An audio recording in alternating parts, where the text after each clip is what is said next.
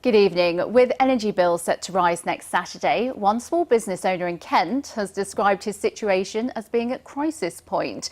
Roger Pilbeam runs a 22-bedroom care home in Folkestone and says Friday's mini budget was welcome, but it doesn't go far enough. Chrissy Reedy reports. Roger Pilbeam has owned Pelham House Care Home in Folkestone for 13 years. His gas bill has been forecast to rise from £6,000 per year to more than £30,000. So has government help announced in the mini-budget on Friday given him any reassurance? We still will be facing sleepless nights because there's no easy answer in terms of how you address such steep and excessive costs. Under the Energy Relief Scheme, wholesale energy prices will be capped for all organisations for 6 months from the 1st of October.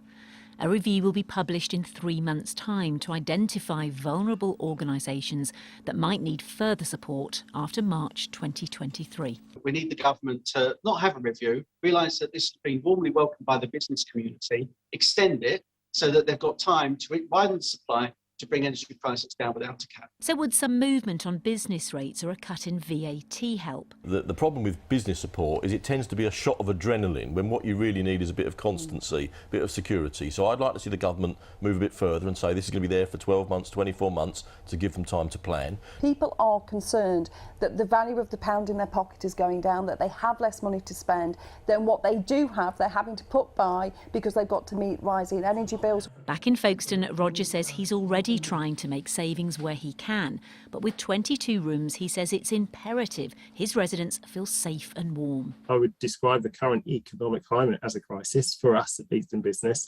No sooner have you got over one challenge, another one's come along. Roger was 10 days away from having to close due to the pandemic. While he'd hoped things would start to get easier, he says, it's still a very anxious time. Chrissy Reedy, BBC South East Today. A 10-year-old boy is in a critical condition in hospital after falling from cliffs near Ovingdean. Sussex police say the boy, who was visiting the area, fell at around 5 p.m. yesterday evening and was found to have suffered serious injuries. He was airlifted to a hospital in London. A Christian doctor from Margate who offered prayer to his patients during consultations is contesting a mandatory educational course he says has been imposed on him by NHS England. Dr. Richard Scott was allowed to continue as a GP after the General Medical Council cleared him as fit to practice. It's after campaign group, the National Secular Society, said a highly vulnerable patient felt discomfort at the use of prayer after visiting Dr. Scott at the Bethesda Medical Centre. Hundreds of people took part in what's been described as a mass trespass to protest the development of a new centre parks near Crawley in Sussex.